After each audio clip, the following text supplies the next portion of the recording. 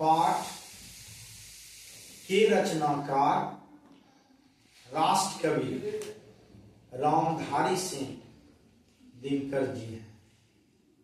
रामधारी सिंह दिनकर जी का जन्म बिहार राज्य के बेगूसराय के सिमरिया गांव में 1908 सितंबर 1908 ईस्वी को हुआ था। इनकी क्या कहते हो, राष्ट्र कवि रामधारी सिंह दिनकर की लगभग 50 कृति मतलब हुआ रचनाएं प्रकाशित हो चुकी है। 50 कविता कहानी कवि किताब लिख चुका है। कृतियां लिखा है कि इनकी प्रमुख कृतियों में रेणुका, हुंकार, रसवंती, उर्वशी, संस्कृति के 4 अध्याय इत्यादि प्रमुख है। इन्होंने अर्धनारीश्वर पाठ के माध्यम से नर और नारी को समान बतलाने का प्रयास किया है। राष्ट्र कवि रामधारी सिंह दिनकर जी कहते हैं कि नर और नारी दोनों एक समान है। आधी जनसंख्या नर की है और आधी जनसंख्या नारी की है। लेकिन क्या होता है, हम लोग भेदभाव करते हैं। दिनकर इस विभाजन से दुखी हैं। उनका मानना है कि जो गुण नर में है वही वह गुण नारी में भी हो सकता है, और जो नारी में गुण है वह नर में भी हो सकता है। अगर नर नारी का गुण अपना ले, नर नारी का गुण अपना ले और नारी नर का गुण अपना ले तो दोनों पूर्ण हो जाएगा। विधाता मतलब ईश्वर ने जब सूर्य और चंद्रमा की प्रकाश में कोई भेदभाव नहीं करता है, हम मनुष्य कौन होते हैं? इनके गुणों को बांटने वाले। राष्ट्र कवि रामधारी सिंह दिनकर जी कहते हैं कि पुरुष का मानना है कि अगर हम नारी के गुण को अपना लेंगे, हमारे पुरुषत्व में बट्टा लग जाएगा। बट्टा मतलब होता है प्रश्न चिन्ह लग जाएगा। अगर हम किसके गुण को, नारी के गुण को अपना लेंगे तो हमारे पुरुषत्व में बट्टा लग जाएगा। बट्टा मतलब प्रश्न चिन्ह लग जाएगा। और नारी सोचती है अगर हम पुरुष के गुण को अपना लेंगे, नारी सोचती है अगर हम पुरुष के गुण को अपना लेंगे तो हमारे नारीत्व पर बट्टा लग जाएगा। इस विभाजन से दिनकर जी काफी दुखी हैं। लेकिन दिनकर जी का मानना है अगर नर और नारी दोनों एक दूसरे के गुण को अपना ले तो दोनों एक अपने आप में पूर्ण हो जाएगा।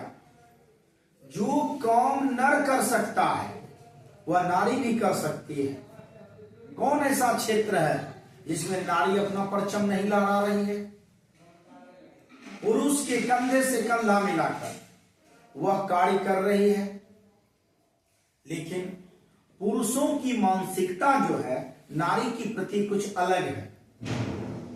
कुछ पुरुष जो है नारी को आनंद का खान समझकर अपने जीवन में स्थान देते हैं, जिसे प्रवृत्ति मार्ग कहते हैं। और कुछ पुरुष ऐसे हैं जो नारी को बेकार की वस्तु समझकर उसे अपने जीवन से निकाल फेंकते हैं, उसे निवृत्ति मार्ग कहते हैं। लेकिन पुरुष को देखो, पुरुषों ने क्या किया? अपने वर्चस्ववादी तरीके को अपनाकर नारी को अपने अधीनस्थ रखा। उसके आत्मबल को तोड़ने के लिए, उसके मनोबल को कुंठित करने के लिए क्या किया उसने? नारी को अहेरिन, जादूगरनी, अहेरिन, नागिन जादूगरनी कहकर उसके आत्मबल को कुंठित करने का प्रयास किया। कृषि के आरंभ के बाद नारी की पराधीनता प्रारंभ हो गई। जब कृषि का आरंभ हुआ तो पुरुष खेतों में काम करने लगे और नारी घरों में रहने लगी, और नारी सोचने लगी मेरा अस्तित्व तो पुरुषों को लेकर ही है। इसलिए नारी ने क्या किया, अपना समस्त मूल्य पुरुषों के ऊपर अर्पित कर दिया, और उसी समय से नारी की पराधीनता प्रारंभ हो गई। वह सोचने लगी कि मेरा अस्तित्व पुरुष को लेकर ही है। उसी दिन से इसकी पराधीनता यानी गुलामी प्रारंभ हो गई, और पुरुष ने भी वर्चस्ववादी तरीके को अपनाकर उनके ऊपर अनेक प्रकार के अन्याय और अत्याचार किए।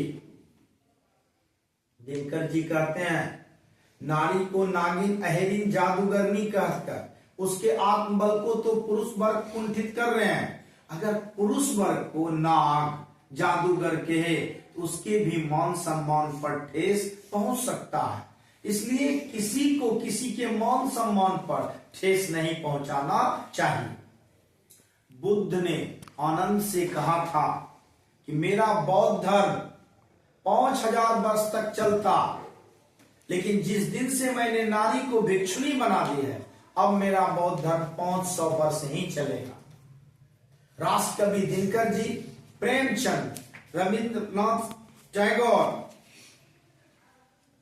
निराला इत्यादि, प्रेमचंद इत्यादि से दुखी भी हैं, क्योंकि इन्होंने क्या किया, नारी के उत्थान के लिए कोई ग्रंथ नहीं छोड़ा, बल्कि उल्टे नारी को कुंठित करने वाले, अपने ग्रंथ में नारी को कुंठित करने वाले शब्द का प्रयोग किया, जिसके कारण कौन, राष्ट्रकवि रामधारी सिंह दिनकर जी किससे, रविंद्रनाथ, जयशंकर प्रसाद और प्रेमचंद के चिंतन से काफी दुखी भी हैं।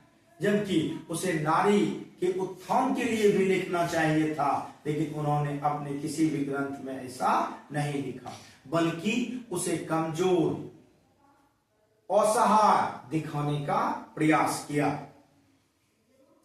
कहता है नारी जो होती है वह करुणा, दया, परोपकार जैसे गुणों का समावेश उसमें होता है।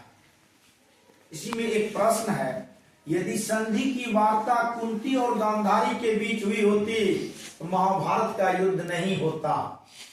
कहता है यदि संधि की वार्ता कुंती और गांधारी के बीच हुई होती तो शायद महाभारत का युद्ध नहीं होता, क्योंकि नारी करुणा, दया, पवित्रता, परोपकार का प्रतीक होता है। लेकिन नारी में भीरुता का भी गुण होता है। भीरुता मतलब डरने वाला, वह खून खराबा पसंद नहीं करती है। इसलिए राष्ट्रकवि रामधारी सिंह दिनकर ने लिखा है, यदि संधि की वार्ता कुंती और गांधारी के बीच हुई होती तो शायद यह महाभारत का युद्ध नहीं होता। महाभारत में 18 पर्व हैं, या 18 दिनों तक चला था, और इसमें करोड़ों लोग काल के गाल में समा गए, करोड़ों लोग मारे गए।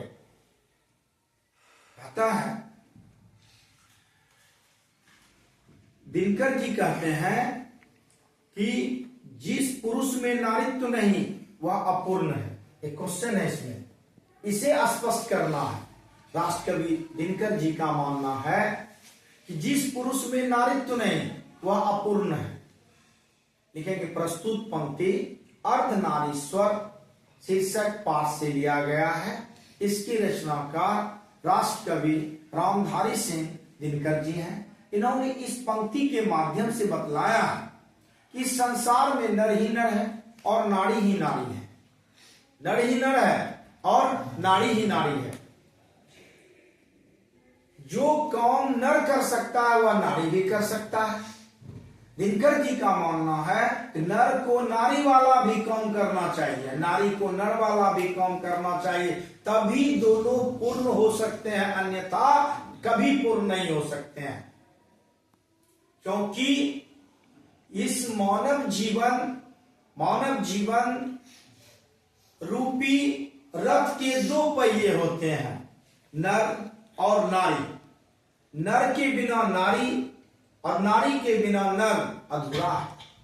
इसलिए दोनों का अगर गुण रहेगा तभी दोनों प्रगति के पथ पर अग्रसर हो सकता है। अब कहता है जिसे पुरुष अपना कर्म क्षेत्र मानता है वह नारी का भी कर्म क्षेत्र है कैसे।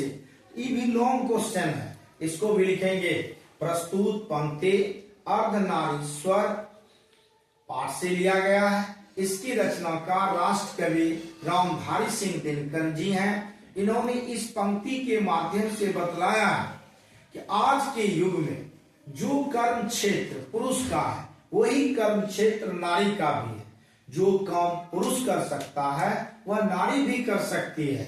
इसलिए वर्तमान समय में नारी पुरुषों के कंधे से कंधा मिलाकर सहभागिता बनकर कार्य को अंजाम दे रहे हैं।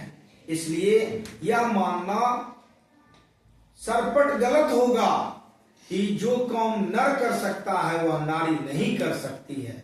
इसलिए जो कर्म क्षेत्र आप देखते हैं, शिक्षा के क्षेत्र में, बैंकिंग के क्षेत्र में, सैनिक क्षेत्र में नारी भी अपना परचम लहरा रही है। ये तो खत्म हो गया।